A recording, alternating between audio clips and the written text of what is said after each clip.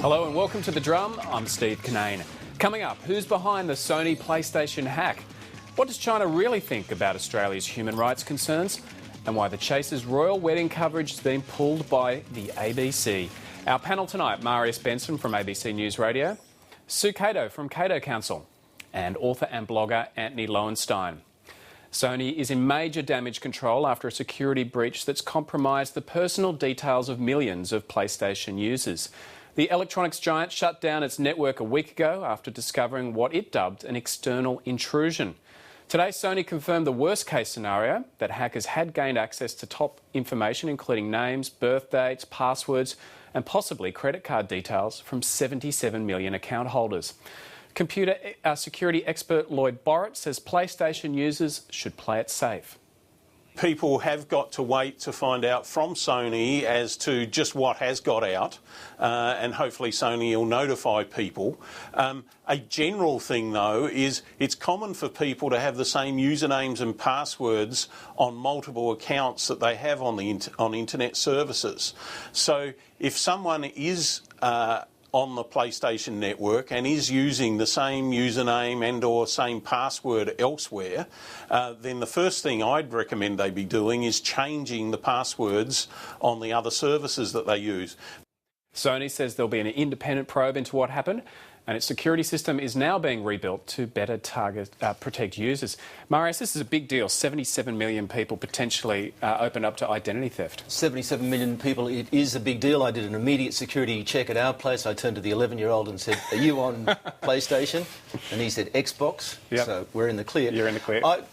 Decades ago, at the dawn of emails, my memory is it was about the mid-80s, an incident occurred that caused me to be wary about putting anything on a computer, because a colleague, to the surprise of everyone in our part of the ABC at the time, was promoted over all other people and given a very high job from a very low job.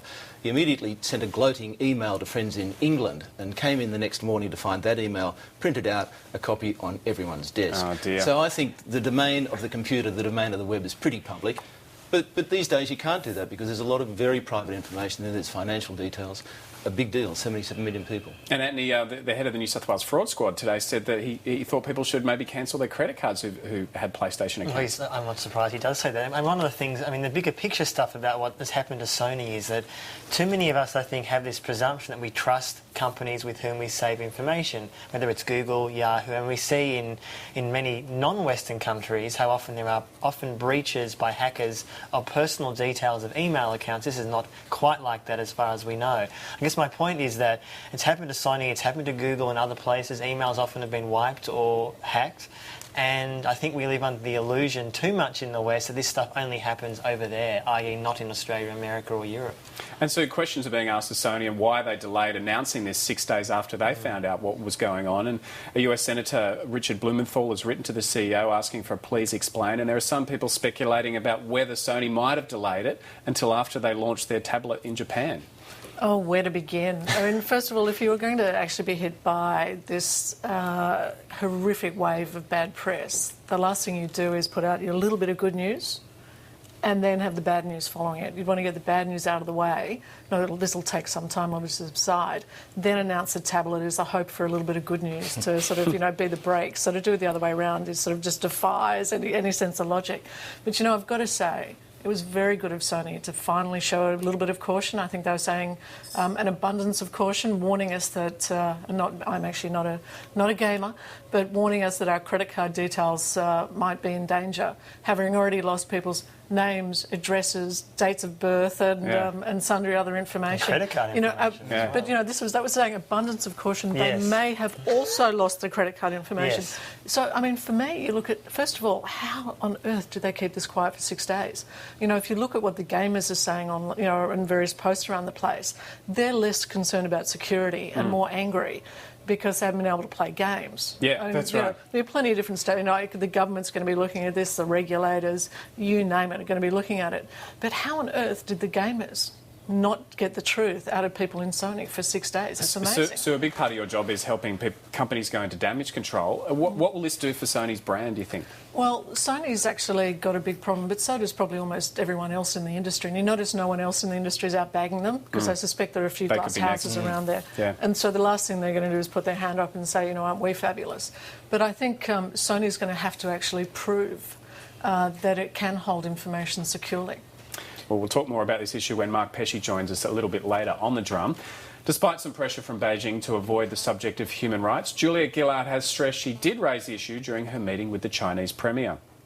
I did express to Premier Wen my concern and Australia's concern about the treatment of ethnic minorities, about the question of religious freedom, and about recent reports in relation to human rights activists. But according to the latest round of US diplomatic cables given to the Fairfax media by WikiLeaks, Chinese officials don't take Australia's concerns too seriously. The confidential briefings provided by Australian diplomats to their American counterparts reveal that China has stuck to boilerplate responses on human rights, and its officials have been sharp and aggressive when asked about abuses in Tibet. Marius, more revelations into the wonderful world of diplomacy, courtesy of WikiLeaks, and it seems like the Chinese are a bit dismissive of Australian concerns. Yeah, I was interested watching Bruce Haig on the drum yesterday as an ex-diplomat talking about when you're actually in there and things are brought up that everyone knows are going to be brought up, like human rights with China. Often it's just an eye blink, you'd miss it, and it's a very diplomatic moment. But clearly there are undiplomatic moments as well, courtesy of WikiLeaks. And that's not a surprise. I think that China would be quite prepared to say, well, if you think we're doing such a bad job in Tibet, what about that flash job you're doing with Indigenous life expectancy or Christmas Island? And I mean, there's no equation between the two, but it's a counter-argument, and China would be happy to use that counter-argument, so it's not a surprise. And WikiLeaks has confirmed that that's exactly the sort of thing that does go on, and you would expect China to do that. But I think admonishing China is part of the standard procedure.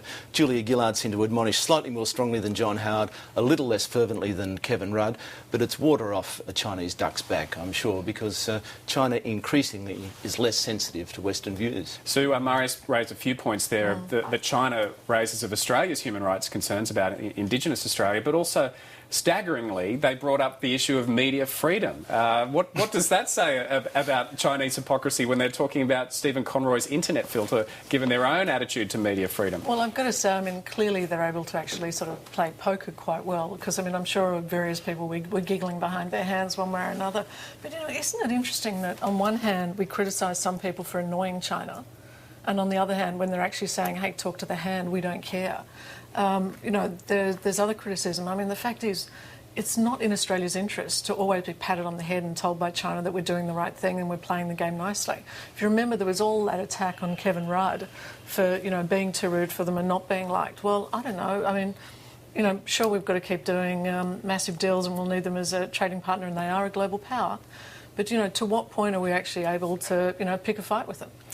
And it does show that Australia does raise these kind of concerns, like the death penalty in China and also issues around Tibet.